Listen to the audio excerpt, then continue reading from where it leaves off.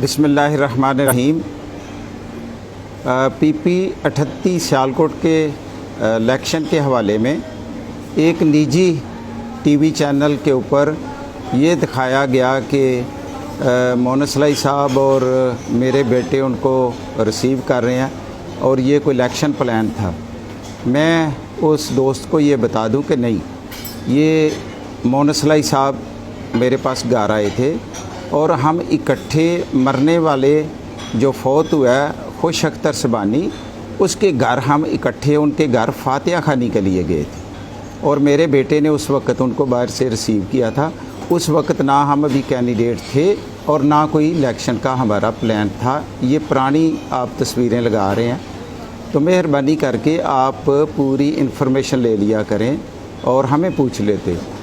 इसके अलावा जो हमारे दोस्त तारक बशीर चीमा साहब ने एक स्टेटमेंट दी है फार्मूले की, मेरा और चौधरी परवेज़ अली साहब और शुजा साहब के साथ एक ज़ाती तल्लक है। मैं उनकी हमेशा पिछले 25 साल से इज़्ज़त की है, लेकिन इसमें कोई फार्मूला तारक बशीर चीमा साहब की तरफ से जो बयान आया कोई फार्मूला नहीं था।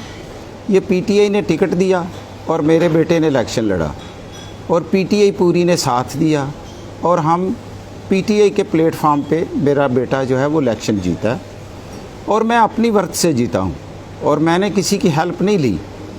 और तारक बशीर चीमा साहब को मेरे हलके में आके इस तरह की स्टेटमेंट कोई नहीं देनी चाहिए फार्मूले की, चूँकि अगर कोई स्टेटमेंट देनी है तो मैं खुद हूँ, चूँकि इलेक्शन मैंने लड़ा है और मैं खुद बताऊँ जो हक़ाइक़ हैं।